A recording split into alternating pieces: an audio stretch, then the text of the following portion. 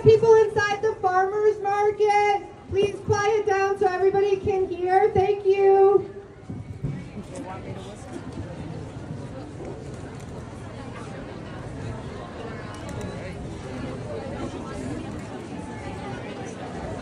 All right, it's quite a turnout today. Just want to welcome everybody to Hannah's Garden.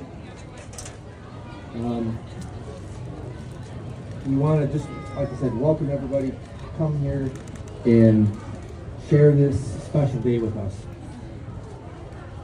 We want to thank everybody that's been involved with making this garden a reality. Everybody who donated, whether it was a small donation or a large donation, everything has mattered in making this happen. Everybody that helped both directly and indirectly, from the volunteers that helped us plan all of the fundraisers over the last 3 years, to planning the details of the grand opening today. We need everybody's support has just been phenomenal. I want to give a special thank you too to all of the local contractors who donated all of the labor that went into making this garden happen. It just could not have happened without all of their support. We're just eternally grateful for all of the support from everybody. It's been a long 3-year journey, but I guess talk about a little bit about that journey. So the garden started off as an idea of basically a bench, a tree, and some flowers. So as you can see, it's kind of grown from there. Started back in the spring of 2022.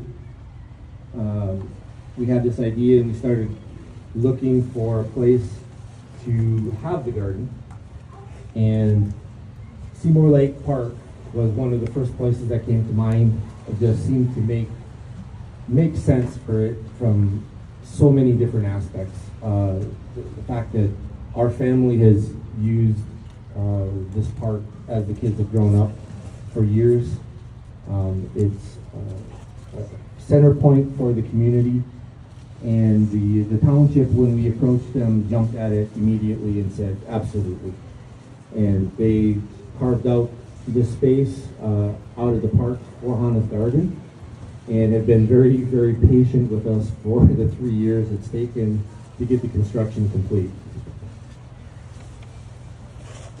So once we had the space, we got in contact with a landscape architect, Chris Nordstrom, who's here in the crowd somewhere, who came up with the original concept based on our feedback and some of the things that we wanted. Beautiful concept that really got the whole process rolling.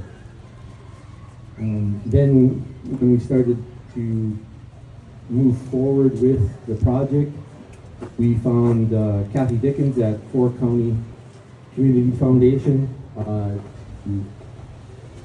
to host the Memorial Fund and to help make the donations that people were given to the fund and to the garden tax-free, to kind of help spread the burden around.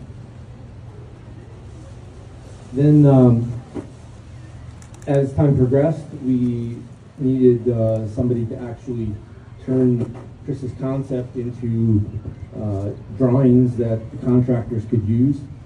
And Smith Group got involved, and they started expanding on Chris's concept and developing drawings, and that's when some additional features were added.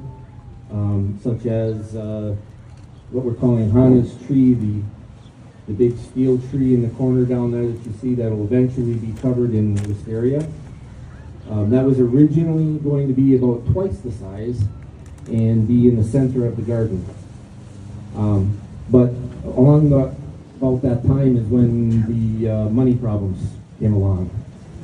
And we had to relook at the entire design, went through some serious cost-cutting efforts, and ended up moving getting rid of the tree for a while, and changed a lot of the aspects of the garden to be a little bit more nature-focused. Got rid of a lot of the extra pavers and things like that, and started talking to Kurt Piper at Verdant Landscapes, and he came up with the wonderful water feature proposal that you see is now the centerpiece of the garden, and just incredibly happy with that, the way it's turned out.